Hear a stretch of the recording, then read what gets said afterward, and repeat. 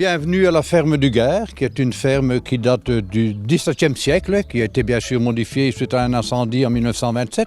Ferme familiale d'une vingtaine d'hectares, production de lait, production de fromage et de beurre de ferme, qui était un peu le travail de toutes les fermes dans la région à cette époque-là. Depuis, beaucoup de lait a coulé sous l'épi et les vaches ont renouvelé leur garde-robe. Pour l'instant, il nous en reste une cinquantaine. Ce sont des blancs bleus.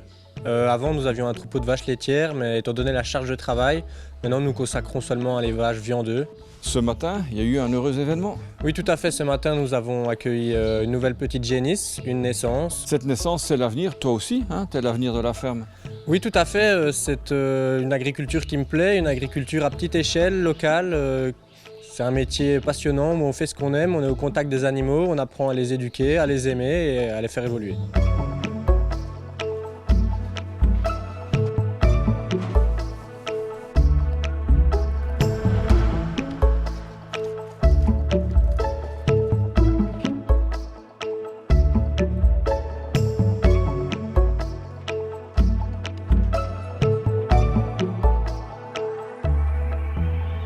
Et quand on aime, on partage. Chez les Lobé, ça a commencé par un gîte à la ferme. C'est un gîte de 27 personnes, donc sur 2 étages, avec des chambres pour les parents, des chambres pour les enfants, une salle qui peut même accueillir jusqu'à 50 personnes et un barbecue aussi couvert qui peut accueillir 50-60 personnes.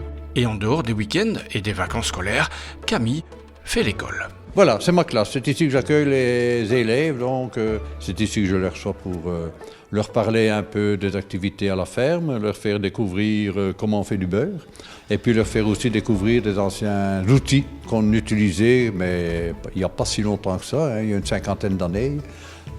Moi j'ai connu les chevaux, maintenant c'est les tracteurs et ce sont les robots, donc on leur parle de l'évolution.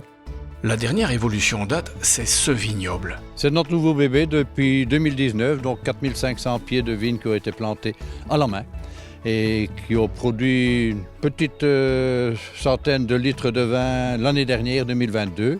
Il faut 4-5 ans pour que la production augmente et 10 ans peut-être qu'elle arrive au maximum de ce qu'elle peut produire. Pour Cyril et Camille, la vigne, c'est aussi l'apprentissage d'un nouveau métier avec ses exigences et ses aléas. Un rang sur 2, je l'ai laissé non semé parce que j'ai énormément de mulots.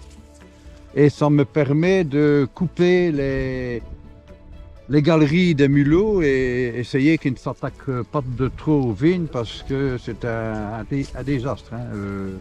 Le mulot, il coupe la racine et puis de temps en temps, on a un beau plant de vigne qui crève et on le retire et il n'y a plus de racines. Donc c'est le mulot qui est passé. Et on a mis aussi des perchoirs pour les rapaces. Il y a un nid à rapaces dans l'arbre là en espérant qu'il y ait des rapaces qui viennent faire fuir le mulot. Ah d'accord. Il y a un deuxième problème qu'on a eu l'année dernière, ce sont les oiseaux quand le raisin est mûr. Ils se sont attaqués au pinot noir et là, sur 8 jours, ils en avaient pris les 2 tiers. Heureusement, les petits visiteurs zélés ont boudé les grains blancs, de quoi nous permettre une petite dégustation. Alors, qu'est-ce qu'il dit? C'est un vin qui est jeune, qui provient de vignes jeunes. Il est tout de même fruité et assez agréable en bouche. Il a une longueur assez courte, mais pourtant il est quand même déjà très agréable. Voilà, et si vous aussi vous avez envie de tester les cuvées du Gard-de-Loup, rendez-vous en terre agricole. Donc le samedi 13 mai, il y aura un apéritif dans les vignes avec la visite des vignes, bien sûr, du vignoble, la visite du chai, un petit verre de dégustation. Ici aussi, la visite du gîte avec aussi un petit verre de dégustation et un repas de produits de terroir. Et le dimanche, il y a une petite promenade gourmande avec des artisans de Civry-Rance. Aussi visite du vignoble, visite du chai, visite du gîte et pain saucisse. Et puis bien sûr, bar, petite restauration.